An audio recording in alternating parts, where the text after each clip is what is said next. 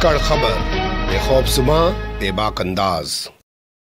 धाकड़ खबर के न्यूज़रूम से मैं आपके साथ हूं अकरम रईस खान। एक और उत्तर प्रदेश के प्रयागराज में, जिसे आप धर्मनगरी कह सकते हैं, वैसे उसका नाम पहले इलाहाबाद हुआ करता था, में हुई धर्म संसद के तमाम वीडियो सबूत सामने आने के बाद भी चुनाव आयोग कोई कार्रवाई नहीं कर रहा है। जी हां, ध्यान से सुनिए, गौर से सुनिए। चुनाव आयोग पर इसलिए सवाल खड़ा हो रहा है क्योंकि अब सरकार आदित्यनाथ योगी के पास नहीं है, अब सरकार नरेंद्र मोदी के पास नहीं है। आप जानते हैं उत्तर प्रदेश समेत 5 राज्यों में चुनाव हो रहा है और जब 8 जनवरी को चुनावों की तारीखों का ऐलान किया गया था, उसी के बाद से आदर्श आचार संहिता लागू है और पूरा पुलिस प्रशासन चुनाव आयोग के अंडर में काम कर रहा है। लेकिन चुनाव आयोग भी लगता है भाजपा की सरकार की तरह काम कर रहा है और इन दंगाइयों के खिलाफ कोई एक्शन नहीं ले रहा है। एफआईआर दर्ज नहीं की जा रही। गिरफ्तारी करना तो बहुत बड़ी बात है। वहीं दूसरी ओर आरएसएस की सबसे बड़ी प्रयोगशाला कहे जाने वाले मध्य प्रदेश में गोडसे का गुणगान किया जा रहा है। गोडसे के नाम पर, आपटे के नाम पर भारत रत्न अवार्ड दिया जा रहा है। अगर कोई पुलिस वाला उनको रोकने जा रहा है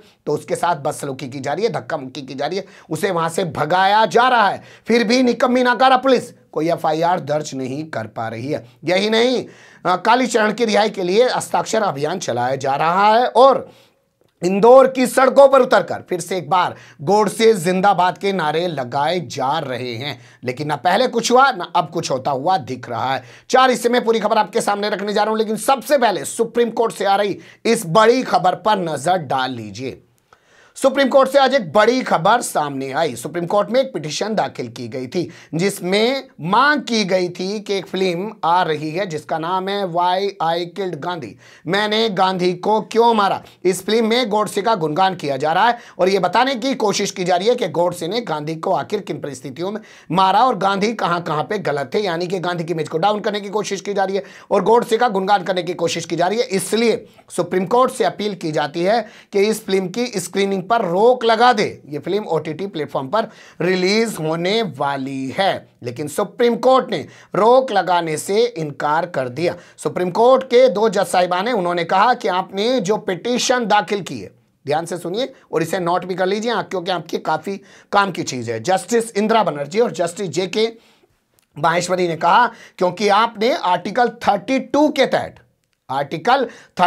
तहत पिटीशन दाखिल की है और हमारा मानना यह है कि आर्टिकल 32 के तहत तभी पिटीशन दाखिल की जा सकती है जब आपके फंडामेंटल राइट्स का, यानी कि मूलभूत जो आपको सुविधाएं हैं, अधिकार हैं आपके, उनका कोई हनन हुआ हो। तो सीधे तौर पे आपके किसी मूलभूत अधिकार का हनन तो हुआ नहीं है, तो इसलिए हम आपकी इस पिटीशन को खारिज कर रहे हैं और फिल्म की स्क्रीन पर रोक नहीं लगा रहे हैं, लेकिन आपको एक रियायत जरूर दे रहे हैं। आप इस मामले को लेकर हाई कोर्ट जा सकते हैं। यानी कि पिटिशनर को कह दिया गया है कि वो बॉम्बे हाई कोर्ट चला जाए या किसी और हाई कोर्ट चला जाए और वहां पे जाके वो अपनी अर्जी दाखिल कर ले। आर्टिकल 32 को आधार बनाकर पिटीशन खारिज की गई है। इसके बाद बहुत सारे सवाल खड़े होते हैं, क्या ऐसे मामले पर सुप्रीम कोर्ट को स्वतः संज्ञान नहीं लेना चाहिए था? अगर इन्होंने आर्टिकल 32 के तहत अपनी पिटीशन दाखिल की तो ठीक है, आपने खारिज कर दिया कि मूलभूत अधिकार का उल्लंघन नहीं हुआ, लेकिन मामला राष्ट्रपिता महात्मा गांधी से जुड़ा हुआ है, गोडसे के गुणगान से जुड़ा हुआ है, आपको खुद संज्ञान ले लेना चाहिए था। ऐसे लोग सवाल उठा रहे हैं। चलते हैं खबर के दूसरे हिस्से की तरफ।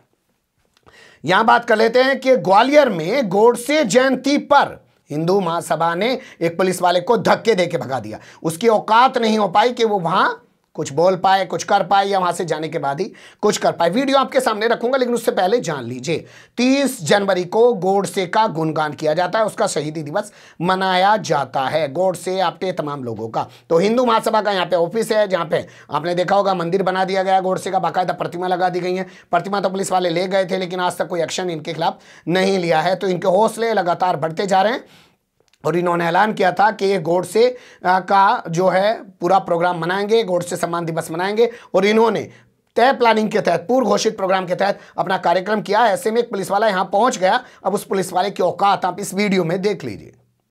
भाई साहब नीचे अनुज जी समझ गए शर्मा जी। सुन लिया आपने, पीछे से एक शख्स बोल रहा है कि शर्मा जी समझ गए। तो शर्मा जी समझ गए पुलिस वाले को कह रहा है या अपने किसी आदमी को कह रहा है कि शर्मा जी उसे जाने दो, वो समझ गया है, ज्यादा उसे कुछ कहने की जरूरत नहीं है। ये वीडियो सामने आने के बाद भी पुलिस ने कोई एक्शन नहीं लिया। होना तो ही चाहिए था। जब इन्होंने पहले से प्रोग्राम घोषित कर रखा था तो इनको प्रोग्राम नहीं करने देना चाहिए था। पुलिस पूरा व्यवस्था बना के रखती और इनको गिरफ्तार कर लेती प्रोग्राम करने से पहले, लेकिन अब भी इनको गिरफ्तार नहीं किया जा रहा, कोई कार्रवाई नहीं की जा रही है। अब आपके सामने रखते हैं कि यहां पर कालीचरण समेत कई लोगों को गोडसे आप्टे भारत रत्न अवार्ड दिया गया। अखबार में छवि खबर के मुताबिक संत कालीचरण नाम जो लिखा गया वही हम आपके सामने पढ़ेंगे। संत कालीचरण को गोडसे आप्टे भारत रत्न अवार्ड से सम्मानित किया गया है। दूसरे जो शख्स हैं उनका नाम बताया जा रहा है प्रमोद लोयत्रे जी, इनको भी जो है सम्मान दिया गया है गोडसे आप्टे भारत रत्न।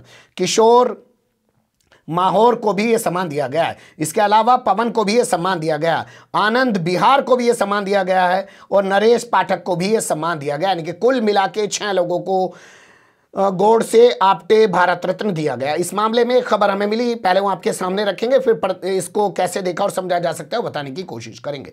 बीडी शर्मा जो बीजेपी के प्रदेश अध्यक्ष है मध्य प्रदेश के, उनसे पत्रकारों ने पूछ लिया कि भैया वहां पे तो गोडसे आप्टे के नाम से भारत रत्न दिया जा रहा, तो इन्होंने कहा सभी को अभिव्यक्ति की आजादी का अधिकार है, अगर वो कुछ कर रहे हैं तो उन पर रोक नहीं लगा जा सकती है। वैसे उनके कहने से किसी को भारत रत्न सम्मान नहीं मिल जाता, और जो लोग गांधी के नाम पर आज तक राजनीति कर रहे हैं उन्होंने गांधी का कोई भला नहीं किया है, मोदी ने गांधी का बहुत भला किया है। इस तरीके की खबर उनके हवाले से छपी है। लेकिन यहाँ सबसे बड़ा सवाल ये पैदा होता है कि ये उस पार्टी के प्रदेश अध्यक्ष हैं जो यहाँ सत्ता में बैठी हुई है। अगर कोई आदमी भारत रत्न अवार्ड का अपमान करता है गोडसे और आप्टे जैसे दंगाइयों से, कातिलों से नाम जोड़ के, तो कितना बड़ा मुकदमा होना चाहिए, देशद्रोह बनता है ये। भाई आप भारत रत्न का नाम कैसे जोड़ देंगे किसी ऐसे आदमी से जिसने राष्ट्रपिता महात्मा गांधी की हत्या की हो, लेकिन वो भेदड़ जोड़ रहे हैं और ये उनकी पैरवी कर रहे हैं और कह रहे हैं कि अभिव्यक्ति की आज़ादी है। यानी आप समझ सकते हैं कि कोई एक्शन नहीं लिया जाएगा। अब आपके सामने रायपुर का हाल रखते हैं। पहले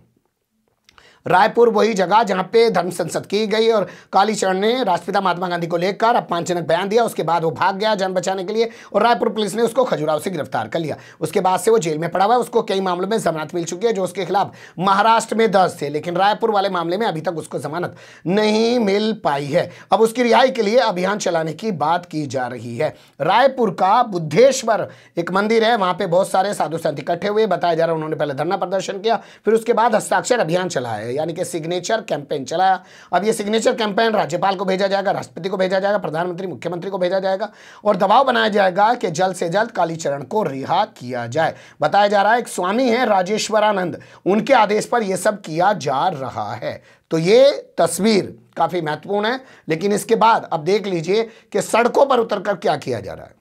जी हाँ, कुछ तस्वीरें मैं आपके सामने रखने जा रहा हूं जिन्हें देख लीजिए, आपको अंदाजा हो जाएगा कि सड़कों पर उतरकर नाथूराम गोडसे जिंदाबाद किया जा रहा है। और ये सब इंदौर में एक बार फिर से देखने को मिल रहा है। आप समझ गए होंगे कि इससे पहले भी इंदौर में कुछ हुआ है, वो भी आपके सामने रखने की कोशिश करूंगा। लेकिन ताजा खबर के मुताबिक इंदौर के वीर सावरकर चौराहे पर हिंदू महासभा के लोग पहुंचे, इकट्ठे हुए और वहां पे उन्होंने तमाम नियम कानूनों को ताक पे रखते हुए ना कोरोना गाइडलाइन का पालन किया। बताया जा रहा है इस जिले में धारा 144 लागू है, 4 से ज्यादा लोग इकट्ठे भी नहीं हो सकते हैं, उस नियम को भी उन्होंने तोड़ दिया और बाकायदा उन्होंने जुलूस निकाला और नाथूराम गोडसे जिंदाबाद किया। और यही नहीं, बताया जा रहा है कि इन लोगों ने गांधी को लेकर अपमानजनक शब्दों का भी प्रयोग किया है। अब आप कहेंगे कि इससे पहले यह मामला कब हुआ था, तो वो भी आपके सामने रख देता हूं। वो मामला कालीचरण की गिरफ्तारी के बाद 3 जनवरी को सामने आया था, जब इंदौर की सड़कों पर हिंदू महासभा और बजरंग दल के लोग निकल आए थे, जाम लगा के प्रदर्शन किया था, कालीचरण की गिरफ्तारी का विरोध किया था और नाथूराम गोडसे जिंदाबाद के नारे लगाए गए थे। उस समय इन लोगों के खिलाफ थाने में FIR दर्ज की गई थी।